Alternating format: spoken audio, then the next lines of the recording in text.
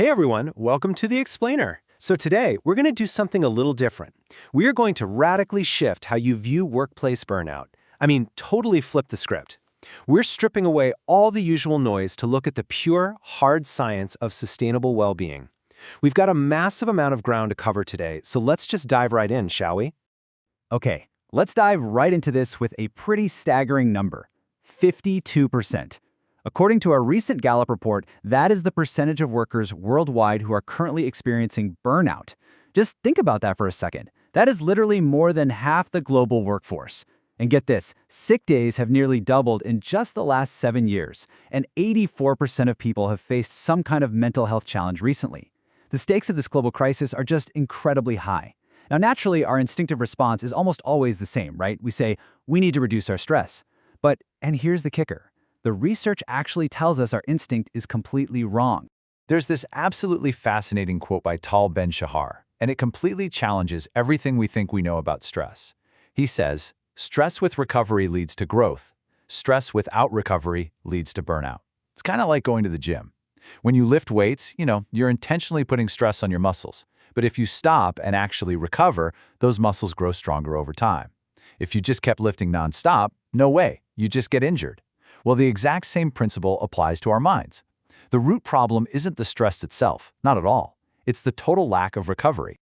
And this brilliantly illustrates something we actually saw play out in real life during the extraordinary Biosphere 2 scientific experiment. It's wild. So scientists created this closed, self-sufficient replica of Earth to see if we could, transport our ecosystem to other planets. Inside this giant dome, they planted trees. Step 1, the trees grew beautifully. But step 2, once they reached a certain height, they literally just fell over. Now, why did that happen? Well, because inside the dome there was zero wind, no challenge, no resistance, no stress. Step 3 is the vital lesson here.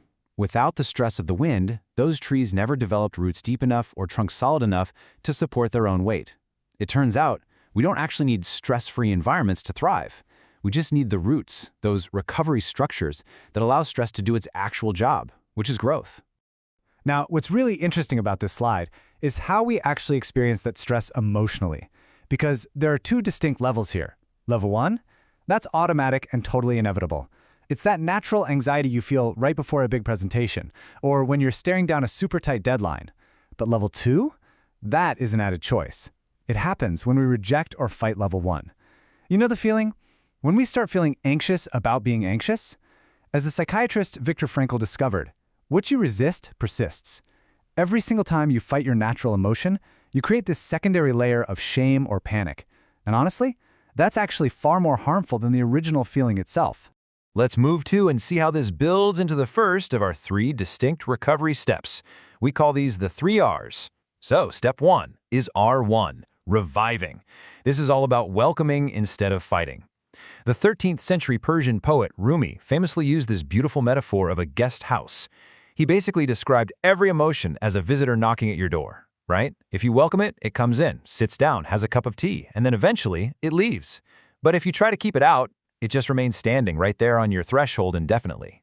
So, make room for the stress. Just stop fighting it, and you'll watch how it naturally lessens on its own. So the crucial point then becomes how we actually go about rebuilding our energy. And that brings us to R2, recovery. We essentially have to build these islands of wellness throughout our entire schedules. There are 3 levels here, and they've got to constantly coexist. First up is micro. We're talking just 30 seconds of deep breathing between meetings, or maybe 5 minutes away from a glowing screen.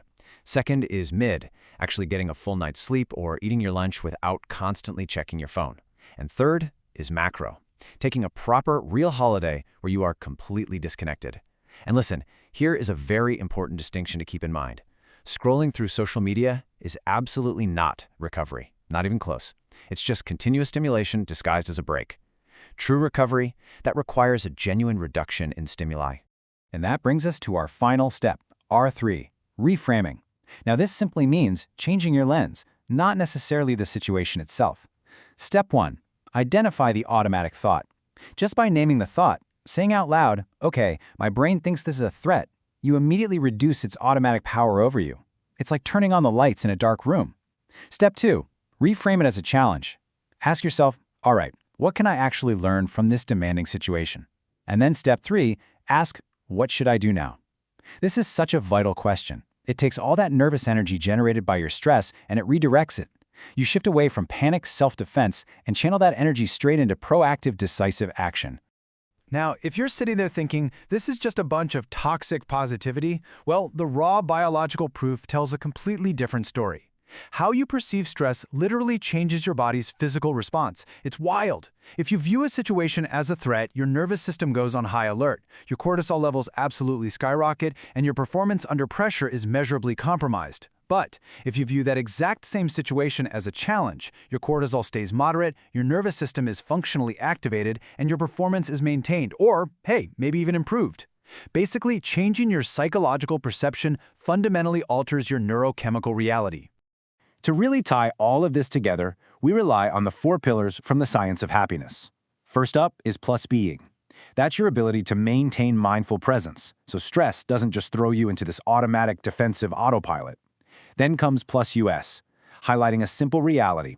Shared stress weighs a whole lot less. Honestly, social support is one of the absolute strongest predictors of resilience.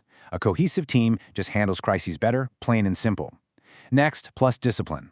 This is crucial because, let's be real, recovery doesn't just happen by accident. You have to strictly protect it from the next urgent deadline. And finally, plus positive chemistry. This is the magic that happens when you finally activate recovery mode. Your cortisol falls, your memories consolidate, and your body's tissues literally regenerate. Harvard's Herbert Benson actually calls this physical regeneration the relaxation response. And guys, here is the best news of the day. You don't need a month-long yoga retreat to activate it. You really don't. You just need 30 seconds of deep breathing every 2 hours every day. That is your low-barrier starting line.